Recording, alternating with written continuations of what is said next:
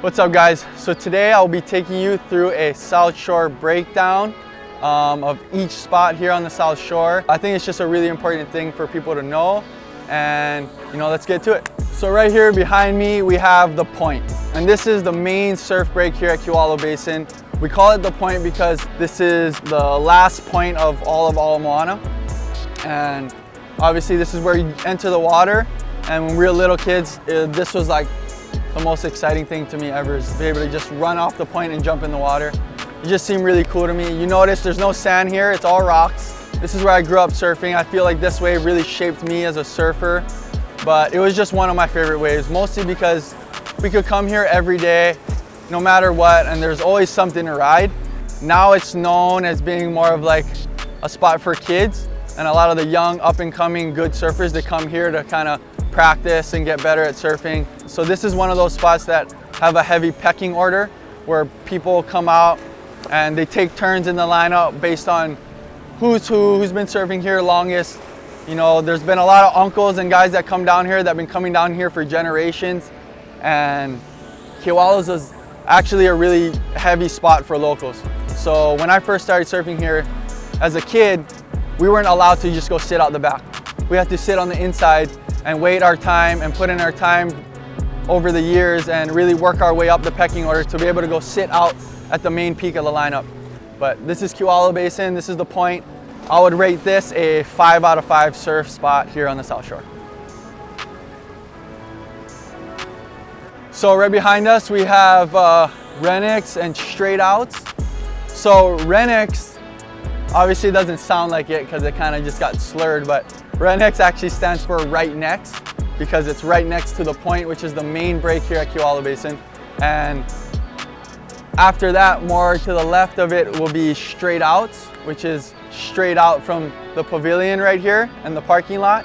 Typically, Renix is a really shallow place. There, you wouldn't surf it on low tide because it's pretty much dry reef. But straight outs kind of likes the low tide because it's a softer wave, so it'll break a little more on low tide, but it's more of a longboard spot. So a lot of longboarders and guys riding soft tops and more beginners will go out to somewhere like straight outs just because it's a little easier. There's not as much of a pecking order out there. Everyone's just going out there to have fun and ride some waves. And a little more to the left side of it is called Marineland. And that's another kind of longboard spot. It's a left as well as straight outs. Straight outs is a left.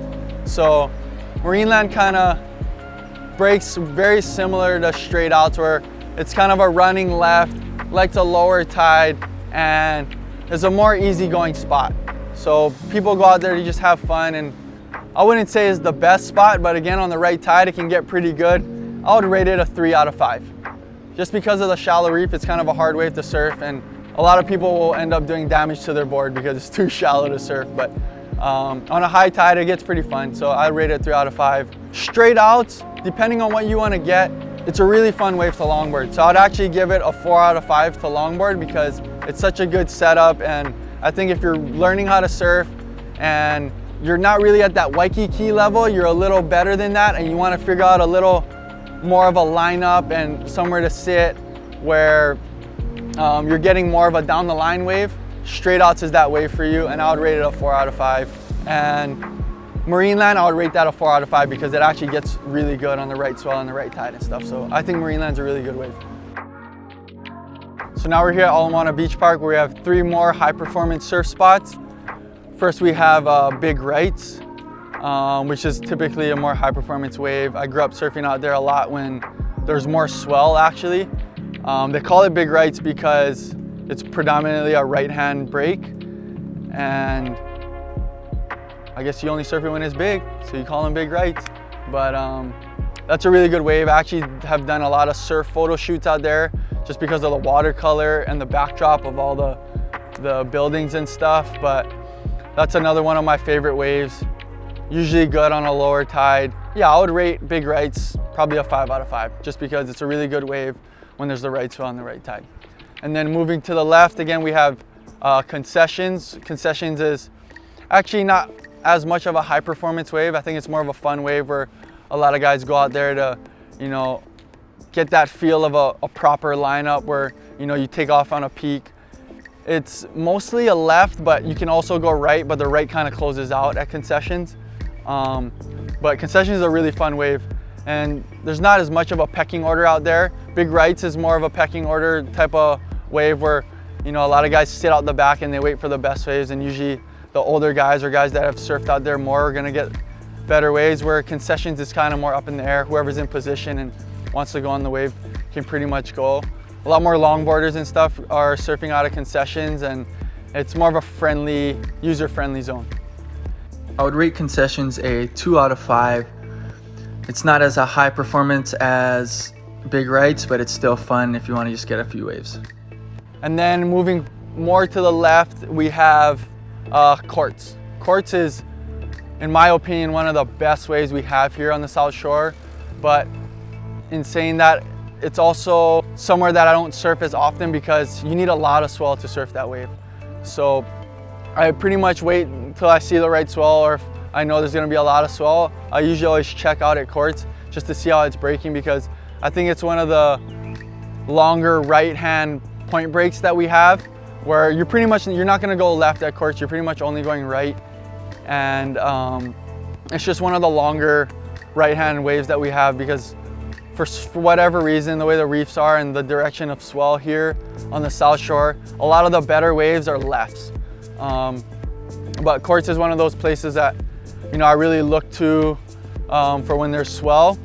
And I would rate courts 5 out of 5. And it's a high performance wave, but not as much of a pecking order.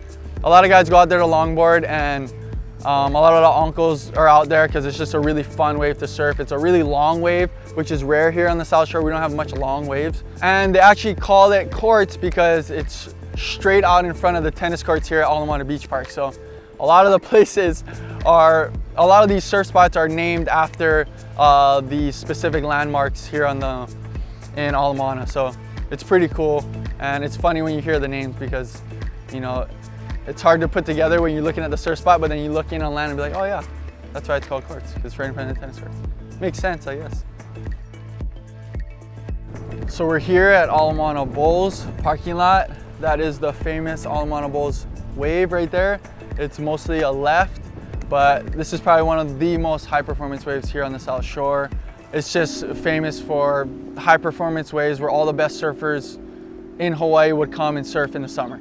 So if you're looking at a spot like that, that spot has a heavy pecking order. You have guys that have surfed out there for generations, and I think this particular spot really breeds Hawaii's best surfers coming out of the South Shore.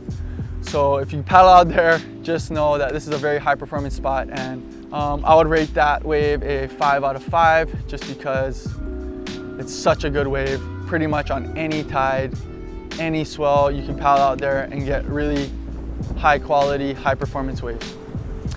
And moving further down to the left, we have Rock Piles Left, which is a funner, more beginner type of wave where the wave kind of just comes in and breaks all at once, and it's just really easy to learn at. And there's no pecking order out there. You can go out there and pretty much catch waves and just have fun. And a lot of beginners go out there to just, you know, get their reps in. I would rate Rock Piles Left at probably like a 2 or 3 out of 5, just because it's not the best wave, but it's good to learn and practice surfing, and taking off and standing up is pretty much the only thing you're gonna do on that wave, and go straight. Moving more towards the left, we have Rock Piles Right. I think is a little bit more of a high performance wave than the left. It breaks up along a channel, so it kind of has an opening to the wave that allows you to kind of do some turns and practice going down the line a little bit more. So it just has a little more opportunity to surf and do turns and things like that. It's not really a long wave, so you don't really have much time on the wave. It's just get up, do a couple turns, and kick out. It doesn't really have that much of a pecking order, but there is an order out there just because of the way you take off. There's a small lineup, so everyone's really sitting close together, so you pretty much want to take turns, or else, you know, everyone would be getting in everyone's way. But I would rate that at a 3 out of 5, just because it wouldn't be the wave that you come here to surf. You kind of just be going there to get your own waves and stay out of the way. But keep going down is the famous Kaiser Bowl. So out there it's called Kaiser's. It's actually a peak situation. You can go right or left, but the right is usually better than the left, and that's another spot that has a heavy pecking order. A lot of uncles been surfing out there for generations, and they kind of hold it down out there. So if you're paddling out there, just know that you're gonna have to wait your turn, wait in line, and take turns with everyone. And I would rate Kaiser Bowl as a 4 out of 5. It's a really good wave. I just don't really surf there as much just because it's a small lineup, it's a shorter wave.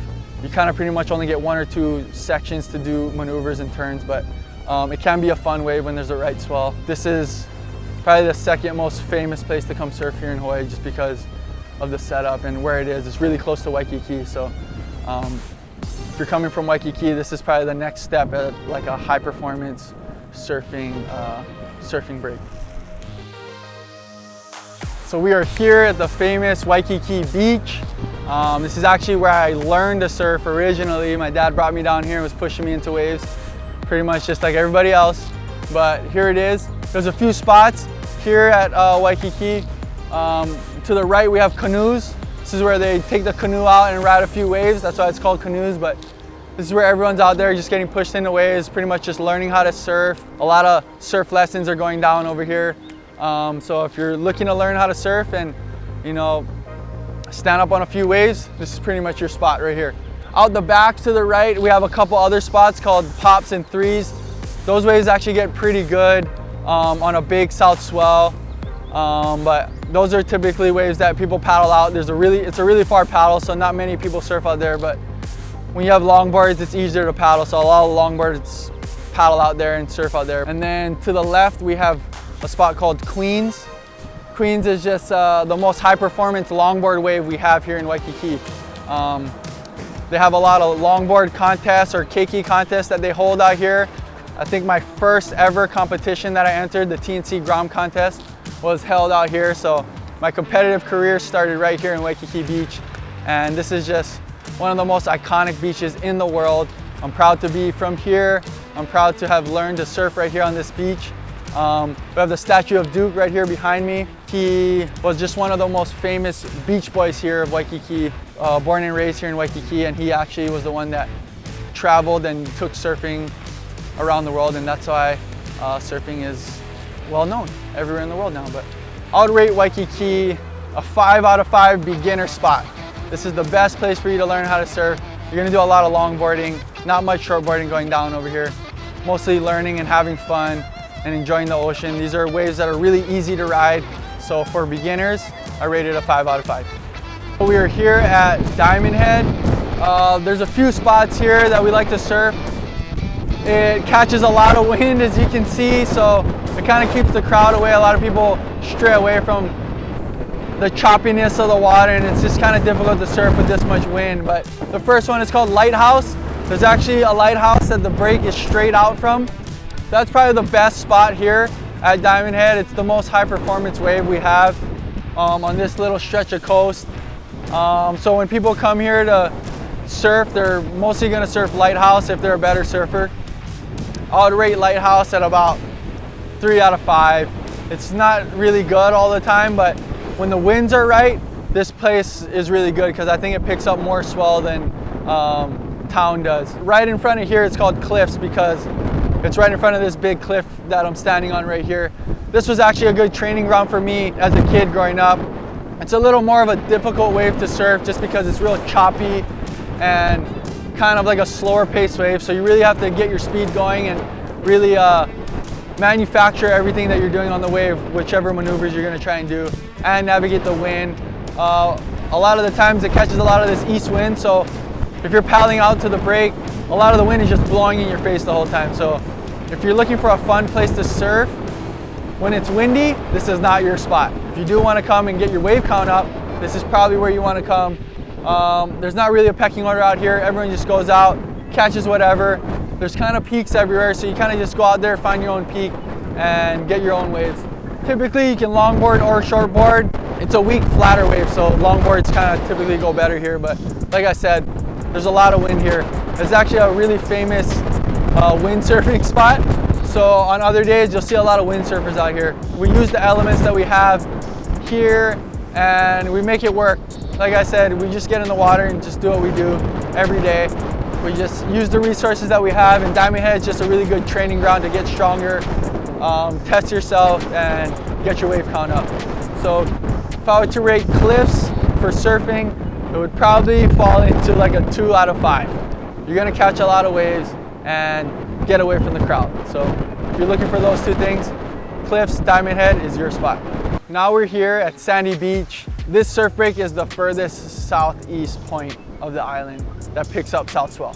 So this is the furthest point you can go in the summertime to get waves towards the east side. Yeah, this is somewhere that I actually always love to come surf. I think it just has more power, it picks up different swell. But you got a bunch of spots here. We're gonna start over here. This is Sandy Beach shore break. Really famous shore break here, but very dangerous. So when you come here, you're gonna see all the signs on the beach saying no swimming. But even though you see people swimming and flopping around in the shore break out there, they're gonna have no swimming out there because this is not for inexperienced swimmers or people that are not typically experienced being in heavy water. So there's a lot of water moving, a lot of current. And like I said, because the swell and the energy of the waves come from deep, very deep water and they hit the shore really fast, these waves are just really powerful. So when you have that and you have a really shallow shore break, it's really easy to get injured. So a lot of people break their necks, break their arms, legs here at this shore break, so it's very dangerous. But if you do know what you're doing and you like playing in the shore break, bodyboarding or body surfing, this is a really good spot. It's really fun, but you really have to be careful and know what you're doing out there. Body surfing, 10 out of 5, best place to come body surf. But if you're a beginner, not really experienced in the water, this is not where you belong. Do not enter the water if you don't know how to read the ocean and know what you're doing out there. Moving on, the next spot we got right here is called Pipe Littles. They call it Pipe Littles because it barrels really hard. It starts off and it breaks on a reef and then it finishes in the shore break. So this is a fun wave that I like to surf now and again, just to jump in the water real fast and just get a couple turns in.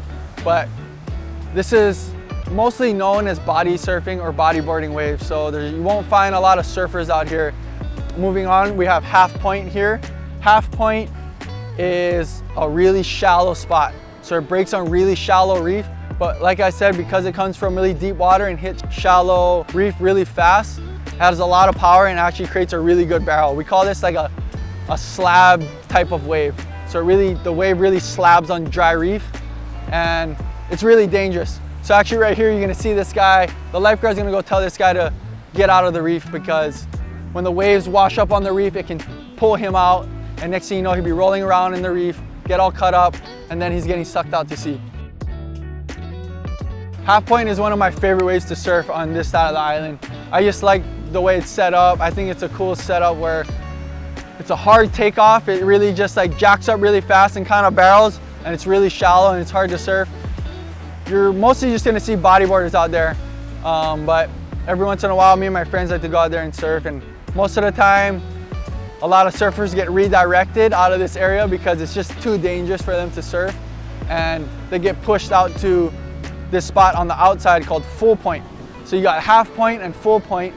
Full Point's kind of a harder way to surf, more similar to Diamond Head that we just looked at, where it's kind of a real choppy wave. It doesn't have really clean lines, but it has a lot of power. So you can go out there and get a couple turns in if you want, but this won't be your typical surf spot where you're gonna come and get good waves.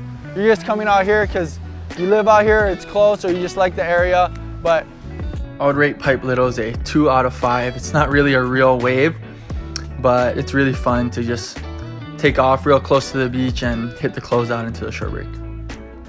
I would rate Full Point at probably a 2 out of 5, and I would rate Half Point, for me, a 3 out of 5, but a lot of guys just hate it. But again, the open ocean makes it very dangerous. In a split second, you can get sucked out into the current, and next thing you know, you'll be swimming out to sea. So definitely be careful. Listen to the lifeguards. They're very knowledgeable and they know this area very well. So definitely want to be respectful of them, read the signs, listen to them, and really watch the ocean. If you're not an experienced swimmer or surfer, this is definitely not where you want to be. But if you are, this is a really fun spot. So that concludes our South Shore breakdown. We're gonna end it here at Sandy Beach. Thank you guys so much for watching. Leave a comment below. Let me know what you guys think. If you have any questions about anything, like this video and don't forget to subscribe. See you guys next time. Aloha.